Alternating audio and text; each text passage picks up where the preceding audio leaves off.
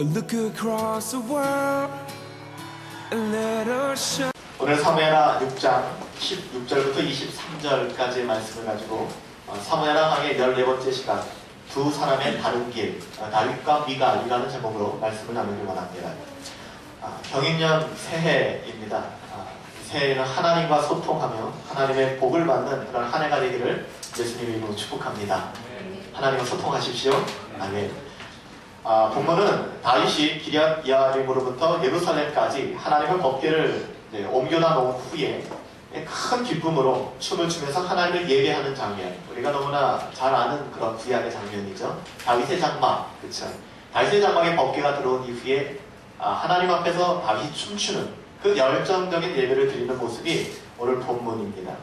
이런 광경을 한 사람이 보고 있었는데요.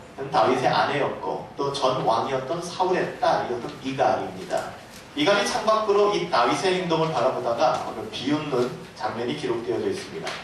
그러나 오늘 본문에는 이러한 비웃음 속에서도, 이러한 비웃음의 상황 속에서도 예배의 감격에 사로잡힌 한 사람의 모습을 보여주고 있죠. 그 사람의 이름은 누굽니까? 바로 다윗입니다.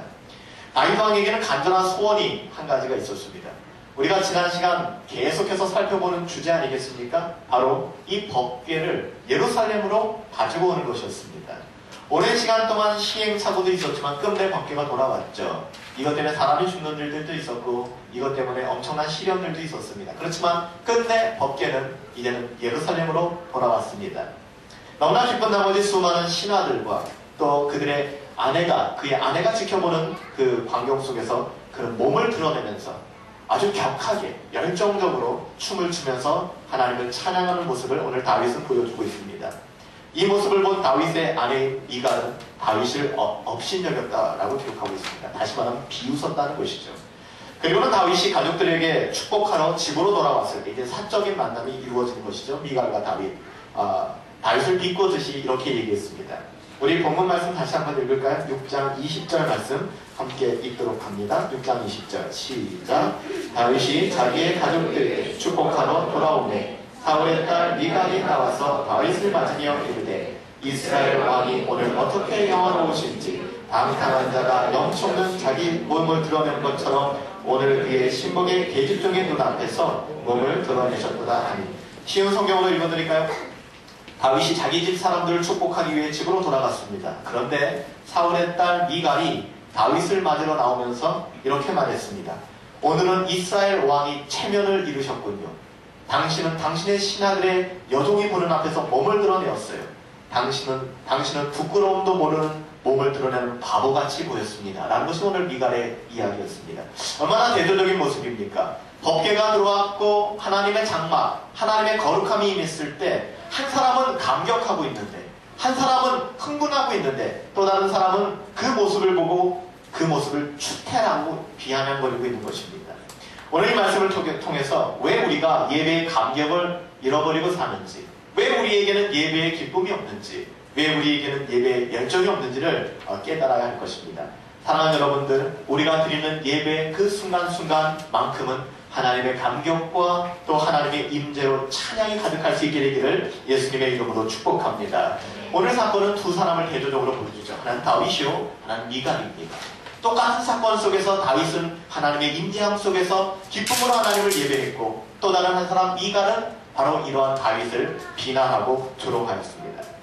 우리에게 우리 예배 속에 감격이 없는 이유는 무엇일까? 나의 예배 속에 감격이 없는 이유는 무엇일까? 혹시 여러분들의 예배가 감격이 없다면, 어떤 감흥이 없다면 왜 나의 예배 속에는 감격이 없는 것일까? 오늘 예배 속에서 내 감격이 없는 이유를 한번 찾아볼 수 있게 되기를 원합니다. 그것은 사람의 상식을 우리가 더 중요하게 생각하기 때문이죠. 무엇보다도요? 사람의 상식을 무엇보다도 하나님보다도 더 중요하게 생각하기 때문에 그렇습니다. 하나님보다도 사람의 가치관, 또 사람의 상식을 더 중요하게 생각하기 때문에 예배는 드리지만 예배에 감격이 없습니다. 예배의 감격이 사라졌죠.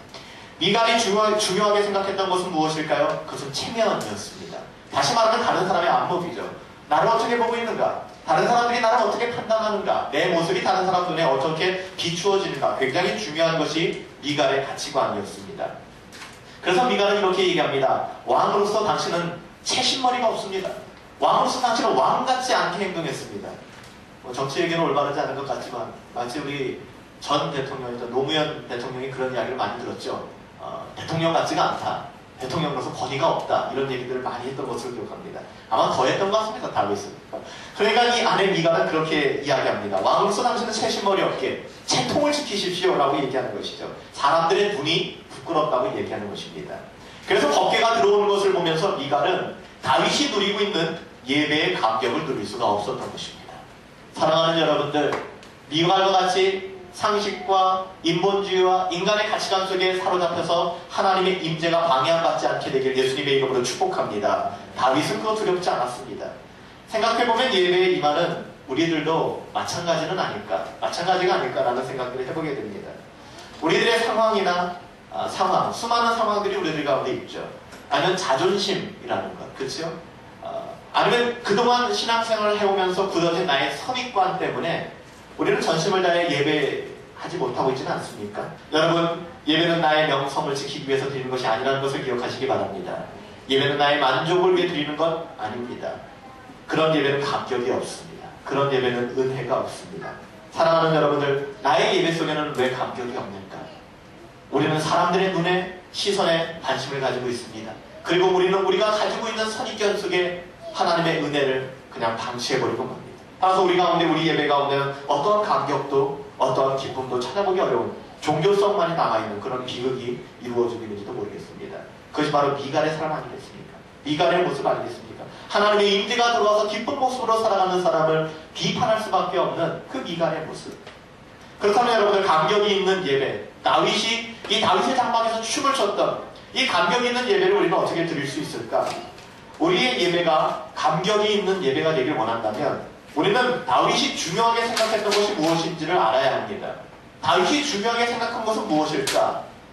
미갈이 사람의 체면, 미갈이 보이는 것, 사람의 눈을 중요하게 생각했다면 다윗은 하나님의 임재를 중요하게 생각했습니다. 할렐루야. 하나님의 임재를 그는 중요하게 생각했습니다. 형식보다는 그 본질을 중요하게 생각했다는 것이죠. 다윗은 하나님 앞에 서는 것 자체를 굉장히 중요하게 생각했습니다. 즉, 예배하는 것을 굉장히 중요하게 생각했죠. 하나님 앞에서 기뻐할 수 있는 것, 하나님 앞에서 기뻐할 수 있는 것, 하나님 앞에서 찬양할 수 있는 것, 하나님 앞에서 온 몸을 드릴 수 있는 것을 그는 중요하게 생각했습니다. 이렇듯 다윗이 몸을 드러내고 격렬하게 춤을 출 수 있던 것, 워십 댄스 아니겠습니까? 그가 몸을 들고 몸을 흔들면서 일어나서 박수를 치면서 얼마나 기쁘게 하나님을 찬양했습니까? 그렇게 찬양할 수 있었던 것은 하나님께서 임재하시는 그 기쁨을 누렸기 때문이죠. 결국 다윗은요, 하나님 앞에 번제를 드리기 위해 은 50세겔을 이 이방인 여호수족 아라우나에게 지불하고 그 지불한 대가를 가지고 그는 하나님 앞에 번제를, 예배를 드리게 되는 것입니다. 여러분들, 다윗이 값을 지불했다는 것은 무엇을 의미할까요? 다윗은 왕입니다. 여러분, 다윗은 왕입니다. 채신머리 없이 나는 왕이다, 너의 소유는 내 것이다, 다오 할 수도 있습니다. 다윗 그렇게 요구하지 않았습니다. 자신의 힘을 드러내지 않았습니다. 하나님 앞에 한없이 낮아졌다는 뜻입니다. 왜 다윗이라고 해서 거저받는 것이 싫겠습니까?